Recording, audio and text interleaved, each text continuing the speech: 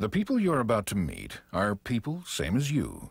Wherever you live and work, however many years of experience you have, this could be you telling your story. Every time I look at my hand, I remind myself of it. About 1978, that's when it was. November 6, 1984. Monday, March the 26th at 10:45. I will never forget that day. And I was losing paper on the winder on both ends, on both sides. And a winder man don't like to lose paper because he's losing his money and it makes him look bad on running a winder. Sometimes I jump up there and throw that trim in the front knife. Well, I missed on my first attempt on the paper and it was messing up. And I saw a lump of stock that was riding around the press roll. And I thought that I could reach over and take it off with my hand, and which I did. I reached over. We wasn't having much problems or anything that day. It was just, I brought the reel around on the hoist. I had to cut the bottom felt off on number 9 paper machine, put it on. Well, that's what hurt my hand a big lot. What hurt my hand, it wouldn't kick off on the conveyor, and I went back there to push it off with my foot. I was running the saw. The saw hit the knot, and my hand was right there, and it popped the saw blade, and that's when it took my 2 fingers off. The fingers were thrown into the sawdust, so they had all of them looking for the fingers, trying to save them and all. I'd folded the tail over once and ran it through a set of rolls and had turned to walk down the stairs, and my hand had gotten caught up in a roll. It didn't really hurt until it got pushed into the second set of rolls. Because there was no give to them, that was a rubber roll and a steel roll coming together. And it just smashed it and wadded the bones up into the hand. Nobody chooses to get hurt, but injuries still happen just the same. There are a number of reasons why, like getting in a rush. So we're on production, and we got to try to get things done quick as possible. So we losing money when we're down. But back then, your time was what you were looking for to save, not fingers. I think I was in a big hurry a lot of times, trying to prove that I could do this job. But even if you're not in a big hurry, there are other reasons why injuries happen. Because it was something that I've done routine over and over and over again. And I probably did it 500,000 times, but I got caught. It's just easy, I guess, to get used to doing it and try to find shortcuts to do things. But that's where you mess up. When you get overconfident and you don't think, you can get hurt easily. 30 years, we'd worked 30 years with Sunoco. At that time, I wasn't thinking. But it pays to think. Just take your time and think about what you're doing before you do it.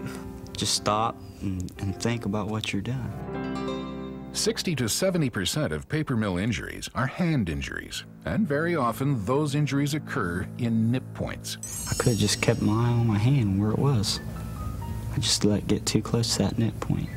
In a split second, I was in the rolls, and I was pretty scared. I had my shoulder up against a guard there on the catwalk to keep from going into that front knife, because that's all I heard was that knife chopping up that paper. Then I just wanted out of the sheeter. I felt like a trapped animal in there. Everywhere you look inside a mill, you can see nip points. A nip point is anywhere you can fit your hand, finger, or foot between 2 moving pieces of equipment, or between a moving piece of equipment and a hard surface. There's a lot of bad places you could get your fingers caught easy, real bad. A log roll, and my hand was in the wrong place at the wrong time. It was bleeding, swollen, numb. I was taking a roll off the rewinder and got sucked underneath it. Peeled the meat right back off the bone and chipped the top of the bone off, and who knows where that went. Got caught in the nip from the press row that it felt felt nip. And when I pulled it out, these 2 fingers here was nothing left but just a white bone. And I just got too close with this, and the belts grabbed these fingers. And I just watched it just tear that one off. That one I had nightmares over.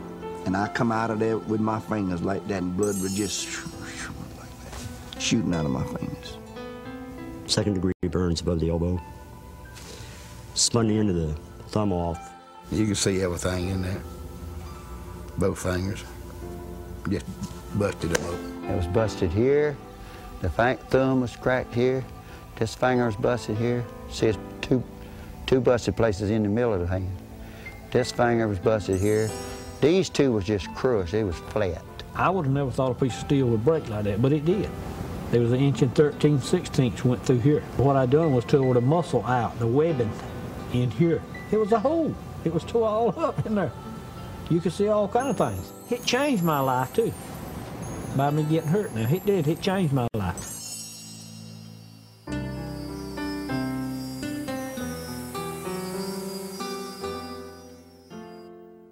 One second of carelessness can cut us off from the things we take for granted. 1 second can result in months and even years of suffering. It happened so quick. People take but a few seconds. It just happened so fast.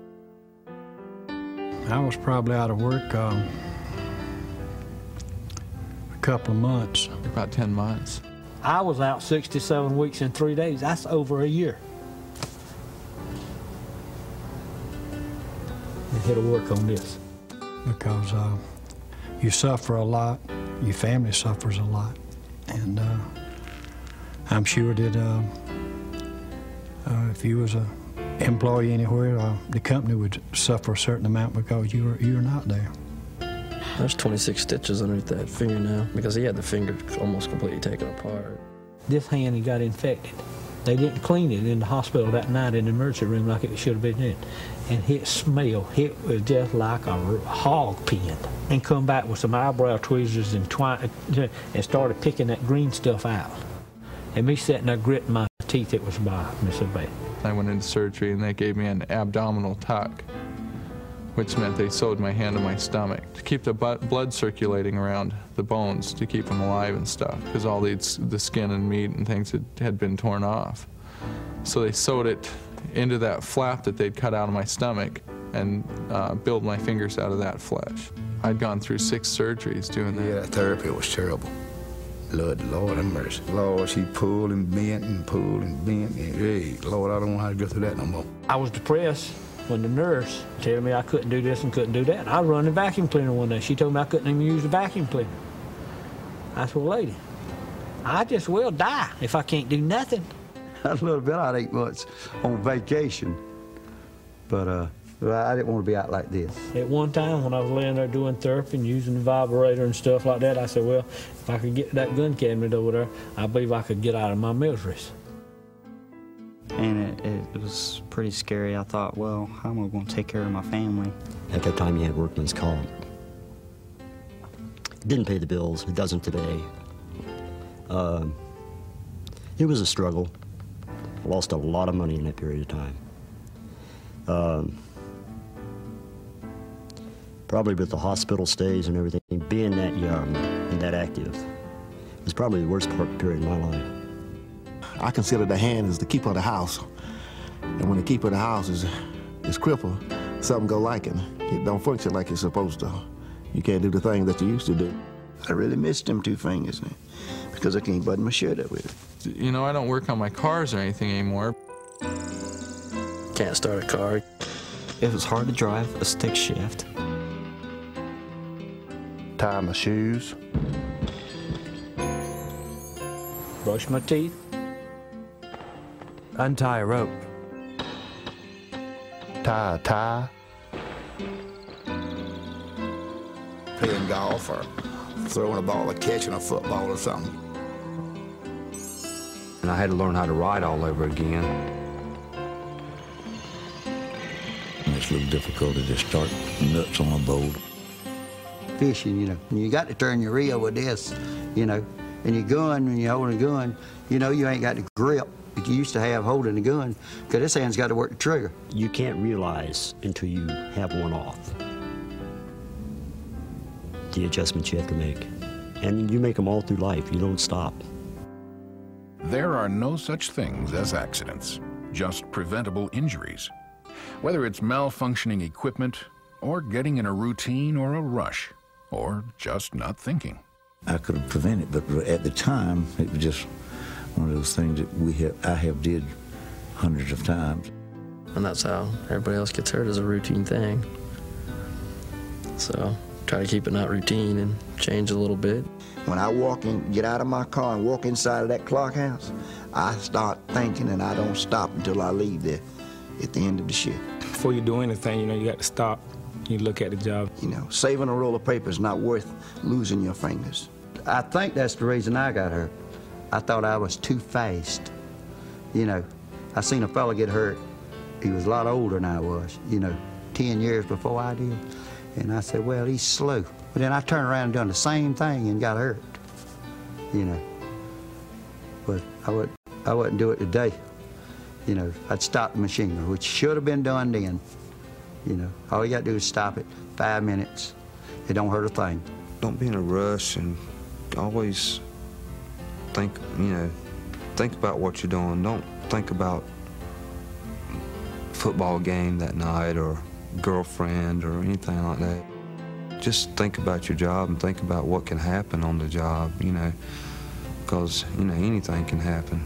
You think you can't get hurt, but you can. Anybody, I didn't think I could get hurt, and I got hurt. My advice is tell everybody watch what they put in their hand. God, I wouldn't go back to that no more for nothing. Always knowing what other people are doing around me at all times and letting them know what I'm doing, and just being more aware of everything around me, getting to know more of the machinery and what it can do. And that includes nip points. Look for all the nip points in your work area. Machine guards cover exposed nip points below 7 feet. Don't put your hands on or past the guards. Just about everything in there dangerous. But I mean, we got it pretty well guarded and all this. It's safe according to how you work. When it comes to what you wear, don't wear loose clothing or jewelry that could get caught in a nip point and pull you in. And wear the proper safety gear. Hard hats, safety glasses, safety shoes, and especially gloves. You do handle the paper, bringing over the hot dryers with, but you don't thread up, with gloves anymore. That's a safety rule. I could have used something else to do what I wanted to do instead of my hand. Use the proper tool. If there's no tool for it, if it's shutting down a machine or whatever, to do it. You got to stop it before you can work on it, anything, and lock it out before any other work whatsoever could done to it. That's the key to my lock right there, my safety lock right there. That could save my life and a lot of more people's employees' life. And each employee that works on a paper machine has got his own key and his lock. It's not enough just to switch it off. Be sure you lock it out, and once you lock it out, always mash the button to see if it'll run again. Before we did that and pulled the power on, I have seen primary rolls or Coots rolls or something move just a little bit, But that's machinery for you. Anything, can happen when you're working around machinery. You can strike it out, and it might still creep on. Think safety. You're going to be safe. If you'll think over everything you do, just seconds before you act, you'll come up safe. But if you act before you think, you'll get hurt sooner or later. There's so many times I see men do the same thing I do, or start to do, or do something similar that I did. Sometimes I tell that employee, or sometimes I don't tell him as he looks my way and he catches my eye, I hold my hand up, and that tells him. And I always remind the people that are working with me, how dangerous it can be. And don't be like me. Nobody needs one of them. Look, this can happen to you. I didn't think it could happen to me, but it did. And the same thing can happen to you. They paid me dearly for that hand. But I would take that money and give it back to them if it was like that one.